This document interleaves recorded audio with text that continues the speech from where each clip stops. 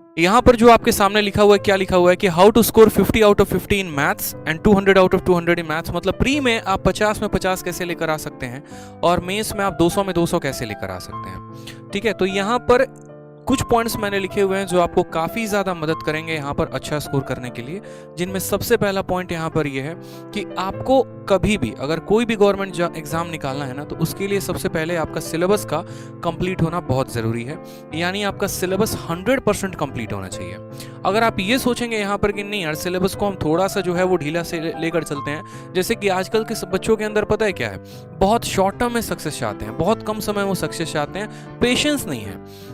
Paper के 20 दिन पहले सर पेपर कैसे क्रैक होगा स्ट्रेटजी बता दीजिए, 4 महीने पहले आप तैयारी करते हैं। कल भी गुरुकुल में एक स्टूडेंट आया, सर सीजीएल के लिए हमारे पास 3 महीने बचे हुए हैं, उसके लिए रणनीति बता दीजिए कैसे क्रैक किया जाए।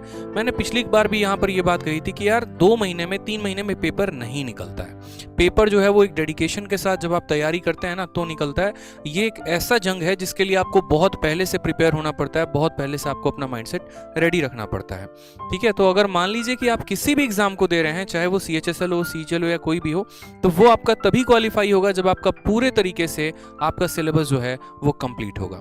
ठीक है, तो सबसे पहला पार्ट क्या है कि हमारा सिलेबस 100% कंप्लीट होना चाहिए। दूसरा, अगर हम यहाँ बात करते हैं तो सिलेबस को कंप्लीट करना है लेकिन स्मार्ट अप्रोच से, ना कि बेसिक मेथड से। ये सबसे महत्वपूर्ण बात, मैं मतलब सोचकर काफ़ी टाइम तक मैं यहाँ पर विचार कर रहा था कि यार क्या 3-4 ऐसे पॉइंट्स लिखे जाएं जो बच्चों को वाकई में मैं जो अंदर है, जो मेरी बात है वो मैं समझा सकूं यहाँ पे। ठीक है, जैसे सिलेबस का 100% का कंप्लीट होना। आज के टाइम पर अगर मैं किसी बच्चे से पूछूं जो 1 साल से तैयारी कर रहा है कि बच्चे तुम्हारा सिलेबस कंप्लीट है, तो बोलेगा हाँ सर कंप्लीट है। लेकिन अगर 2 सवाल उसको ज्योमेट्री का दे दो और 2 सवाल उसको मेंसुरेशन का या कोई और टॉपिक का दे दो तो बनता नहीं है। यही रीज़न होता है उनके डाउनफॉल का पेपर के में। ठीक है, तो ये डाउनफॉल को वो कैसे रोक सकते हैं यहाँ पर। ठीक है, तो सिलेबस को जब आप कंप्लीट करते हैं ना तो पूरी ईमानदारी से किया करिए। एक एक क्वेश्चंस को, एक एक चैप्टर को प्रॉपर तरीके से लगाया करिए। जब आप अपने नोट्स को बनाते हैं तो हर एक छोटी छोटी बात का ध्यान रखा करिए। ठीक, अब जब सिलेबस आपने कंप्लीट किया है तो ये भी बहुत मैटर रखता है कि सिलेबस को कंप्लीट करना है तो कैसे करना है। जैसे शुरू में बच्चा क्या होता है कि अलग अलग जगह से यूट्यूब पर वीडियो देख ली, कहीं पर परसेंटेज पढ़ा है तो परसेंटेज देख लिया, कहीं पर कुछ पढ़ा है तो कुछ देख लिया, कुछ क्वेश्चन अपने तरीके से किताबों से लगा लिए। आप जानते हैं तो सिर्फ वही बेसिक मेथड जान पाते हैं। लेकिन इसका नुकसान प्री में आपको नहीं होता है। प्री में तो क्वेश्चंस आपके बन जाते हैं, इसका नुकसान आपको जाकर मेंस में होता है। और मेंस में होता है मेरे भाई यहाँ पर सर, तो मेंस में होता है, तो यहाँ पर मेंस में नुकसान कैसे हो जाता है, आपको स्मार्ट अप्रोच नहीं आ पाते हैं उन सवालों का। अब स्मार्ट अप्रोच नहीं आ पाते हैं तो आप कैसे करते हैं फिर। अब स्मार्ट अप्रोच अगर आपको नहीं पता है तो उन्हीं सवालों में आप उलझे से रह जाते हैं, समय आपको ज़्यादा लग जाता है, आप बना नहीं पाते हैं, फिर उस केस में आपके नंबर ऑफ अटेम्प्ट कम रह जाते हैं। तो आपको ऐसा नहीं करना है। ठीक है, आपको पर्टिकुलर तरीके से एक प्रॉपर वे में शुरू से ही जब आप सिलेबस को कंप्लीट करते हैं ना तो आप स्मार्ट अप्रोच में सीखा करिए, बहुत फायदा होगा। पहले क्या होता है कि बच्चा बेसिक से सीखता है कि सवालों को बनाना कैसे है, फिर उसके बाद जब वो स्मार्ट अप्रोच या अलग अलग जगह पर अलग अलग ट्रिक्स देखते हैं, फिर वो बेसिक अप्रोच को भुलाकर फिर वो नया अप्रोच को सीखने की कोशिश करते हैं। अब यहाँ पर इतने समय में आपका 1 से 1.5 साल चला जाता है और फिर बाद में आप सोचते हैं कि यार 1.5 साल हो गया तैयारी करते करते, सिलेक्शन तो हुआ ही नहीं। तो इससे बेहतर है कि जब आप पहली बार ही पढ़ रहे हैं तो आप थोड़ा तरीके से पढ़िए। पर्टिकुलर जितने भी चैप्टर पढ़ते हैं तो उनको आप टाइप वाइज पढ़ा करिए, उनकी एक पर्टिकुलर कैटेगरी बनाकर पढ़ा करिए और उनके कंसेप्ट को आप जानिए, ताकि अगर आगे पेपर में किसी भी पेपर में अगर वो क्वेश्चन आ जाता है तो आप उसको वहां पर इम्प्लाई कर पाएं। ठीक है, तीसरा वाला पॉइंट जो था वो मेरे लिए सबसे महत्वपूर्ण बात था जो मुझे आपको कहनी थी, वो ये है कि कई जगह और कई बार पढ़ने से बेहतर है कि एक ही जगह से एक बार पढ़े और अपना पूरा सिलेबस खत्म करें। ये बहुत बड़ा बात है। आज के टाइम में बहुत सारे बच्चे होंगे, कोई रूरल एरिया में होगा, कोई यहाँ पर जो है दिल्ली में मुखर्जी नगर में रह रहे होंगे।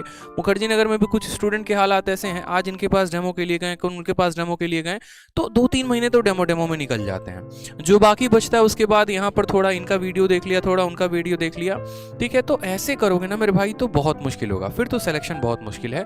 आपको एक प्रॉपर ओरिएंटेड वे में एक ही जगह, चाहे मुझसे ना पढ़कर आप किसी से पढ़िए, कोई फर्क नहीं पड़ता है, मुझे उस बात का दुख नहीं होगा। लेकिन आप जैसे जहां पर भी जिनका भी समझ में आता है ना, आप प्रॉपर तरीके से उनसे पूरा सिलेबस कंप्लीट करिए। आप अगर थोड़ा सा, जब आपका विजन करोड़ों कमाने का है, जब आपका विजन एक बहुत बड़ा इंस्पेक्टर बनने का है, जब आप आगे चलकर बहुत ज्यादा पैसे कमाने वाले हो, एक बहुत बड़ा नाम कमाने वाले हो, तो अभी से 1000, 500 और 1500 के लिए यहाँ पर कंजूसी क्यों और उतना सोचना क्यों है। क्योंकि आपका विजन अगर बड़ा है तो उसके लिए इन्वेस्टमेंट भी थोड़ी सी बड़ी लगाए तो क्या दिक्कत की बात है। ठीक है, तो एक ही प्लेटफॉर्म से पर्टिकुलर तरीके से आप चाहे YouTube को पकड़ लीजिए, तो YouTube का कोई एक पर्टिकुलर सीरीज है तो वहाँ से ख़त्म करिए, या एप्लीकेशन से अगर आप पढ़ रहे हैं तो वहाँ से पूरा प्रॉपर तरीके से पढ़िए, लेकिन हाँ पूरा सिलेबस कंप्लीट करिए। अगर आप यहाँ पर जो है ना घुमंतू हो गए, माइग्रेटरी हो गए कि आज यहाँ थोड़ा पढ़ लिया, कल वहाँ थोड़ा पढ़ लिया, परसों थोड़ा वहाँ पढ़ लिया, तो शायद ऐसे तो केस में कभी भी सिलेबस कंप्लीट नहीं हो पाएगा।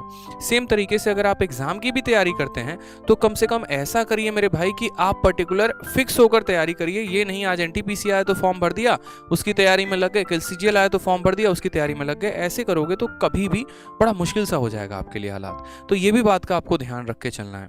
और साथ में जो मोस्ट इंपॉर्टेंट बात वो यहाँ पर ये है कि नए क्वेश्चंस की ज्यादा प्रैक्टिस करो। आजकल के समय में आदत यहाँ पर ये हो गई है ना कि स्टिक हो गया है बच्चा कि हाँ पुराने कंसेप्ट पर हम चल रहे हैं, पुराने पर हम जिंदा हैं, पुराने पर ही हम काम करेंगे। तो ऐसे तो नहीं हो पाएगा मेरे भाई, इस बात को ध्यान रखो। पुराने कंसेप्ट से आप काम नहीं कर पाएंगे, पुराने क्वेश्चन सब बेकार हो चुके हैं। ठीक है, मार्केट में बहुत सारी बुक है जो एक टाइम पर बहुत अच्छी हुआ करती थी, लेकिन जरूरी नहीं कि वो आज भी अच्छी हो। ठीक है, किसी भी चीज का एक एक्सपायरी होता है, एक्सपायरी के बाद अगर हम यूज करेंगे ना उनको तो वो हार्म ही करेगा हमें। सेम तरीके से वो वक्त चला गया मेरे भाई, अब यहाँ पर उतना समय नहीं है कि हम बैठकर पहले पुराने क्वेश्चंस पर प्रैक्टिस करें, फिर जाकर वहाँ उस तरीके से हम पढ़ें और नया सवाल हमारे पास आए तो हम उस पर काम ही ना कर पाएं। सर उसका तो हमें शुरू से ही आदत डालनी पड़ेगी नए क्वेश्चंस पे। इस वजह से मैंने आपको 2400 क्वेश्चंस की ई बुक दी। मैंने कहा कि एक झलक तो जरा देखो, आप जहां से पढ़ते हो, जैसे भी पढ़ते हो, आपने आज तक जिन भी किताबों को लगाया, ठीक है बहुत अच्छी बात है, बट एक बार इसको लगा कर देखो तो आपको पता चलेगा कि आज के समय में पेपर में क्या पूछा जा रहा है। फेज 9 के क्वेश्चन किसी भी बुक में नहीं होते हैं, उसको लोग सौतेला मान के चलते हैं, लेकिन आपके लिए मैंने फेज 9 के भी सारे क्वेश्चन टाइप करवा के दिए। क्यों किया मैंने ऐसा? ताकि आपको समझ में आ सके कि पेपर में आपका असल में पूछा क्या जा रहा है और आप पढ़ क्या रहे हैं। यही कारण है कि 2 साल हो गया तैयारी करते, 1 साल हो गया तैयारी करते और यहाँ तब भी सिलेक्शन नहीं हो पा रहा है। तो हमें अपने सिलेबस को है ना बड़ा कंसाइज वे में फिक्स रखना है कि हाँ हमें इतना पढ़ना है और हमें इन सोर्सेस से पढ़ना है। ज़्यादा भटकाव नहीं रखना, प्रॉपर वे में सिनराइज्ड वे में एक सिलेबस हम अपना कंप्लीट करेंगे और विद इन टाइम कंप्लीट करके अच्छे से हम अपना सिलेक्शन लेंगे, ना कि ज़्यादा यहाँ भटकाव में रहेंगे।